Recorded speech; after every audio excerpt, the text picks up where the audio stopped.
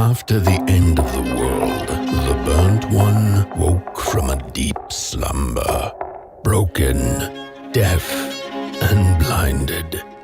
A spark had once again been lit. It was told that for the being who kept fire in their heart, all darkness would vanish. Nevertheless, this long night seemed endless and fraught with perils.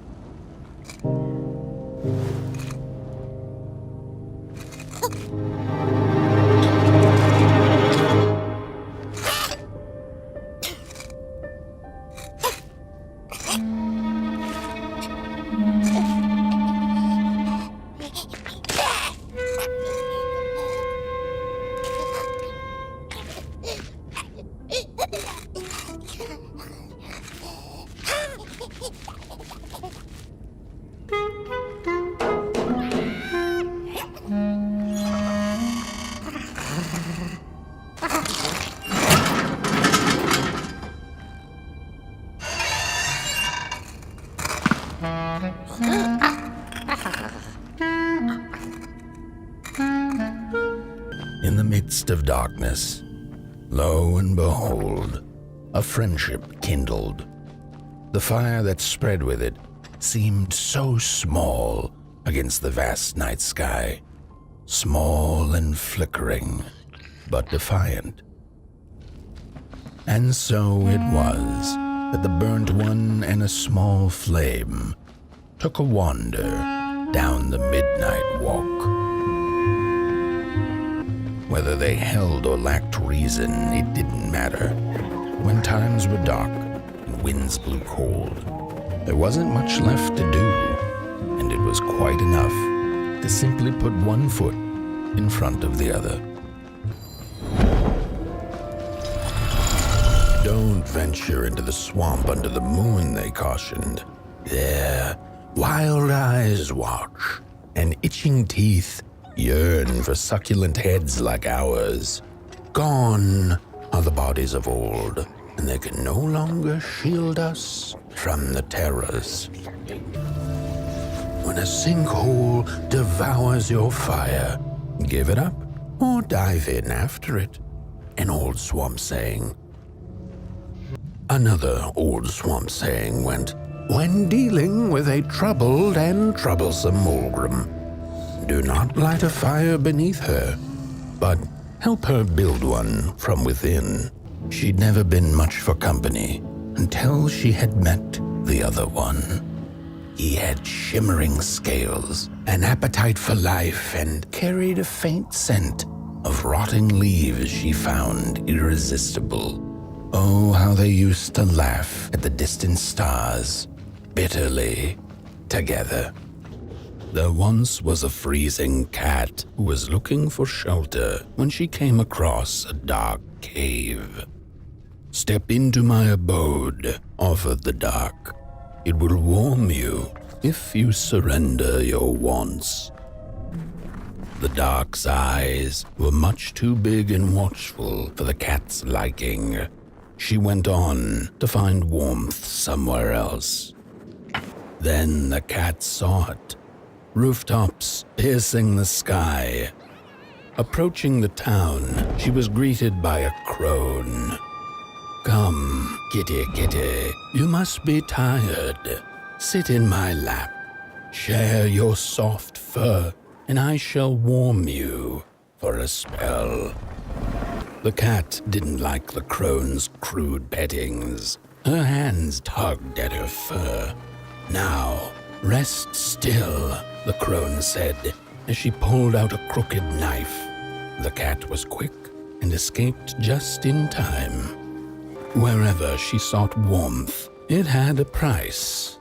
The miners needed the cat to get rid of the rats, and the vicar wanted her protection from bad luck. Bony hands reached out from all around her, trying to grab her. The cat felt as if the walls around her were growing taller, the alleyways narrowing. Turning a corner, she bumped into a girl sitting in the snow. In her bony little hands, a lit match. "What do you think of my star?" the girl asked. "Isn't it pretty?" The girl offered her burning match, her last star. But the cat could tell she needed it all for herself. Grateful for her unconditional kindness, the cat left her to her ghosts. The cat finally settled in front of a giant burning furnace. In its bright flames, she could glimpse a dark future. This did not matter to her, for now she was eternally warm and at peace. The potter, stuck in the sinking clay in which he had dug so greedily, spoke his final verse. "Here was I born, and here I lived. My refuge was the clay, and now the clay has played me false in a most grievous way."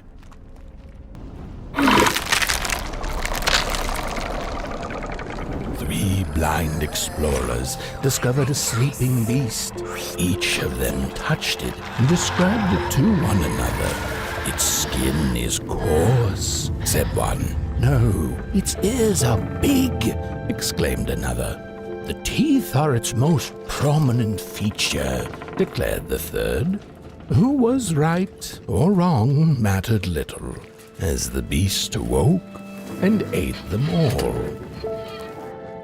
After years of searching for her son, the weaver was convinced she had lost him to the dark. One night, there came a knock upon the door. "It's your son," said a voice. "Please let me in." Thinking this was some cruel spirit come to mock her grief, she remained silent until her son gave up and left, never to return again.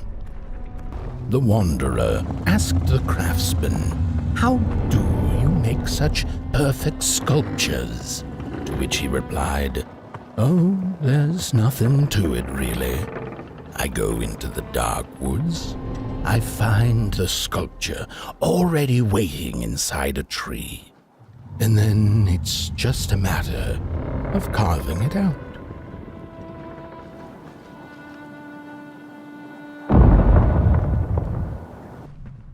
What is the dark? Is it ugly and cruel?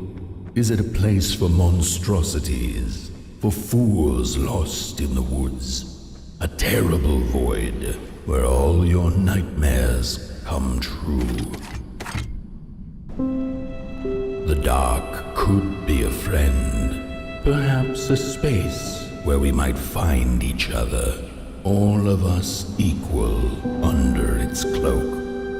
The dark could be an embrace and the release of the old, like taking off a tight shoe, laying bare one's feet and taking a first step onto a new adventure. The dark could be a moment of clarity and calm, a break through icy clouds and the shameful stories we tell ourselves that fetter us to the clay and mud. The dark could be the space and time that we need to recover from the death of a dream and the quiet promise of new beginnings waiting on the other side of grief. In the end, the dark remains a mystery, its secrets locked away behind the stars. But one can rest assured that it is always there, watching, patiently waiting for us to enter it, with fire in our hearts and with eyes wide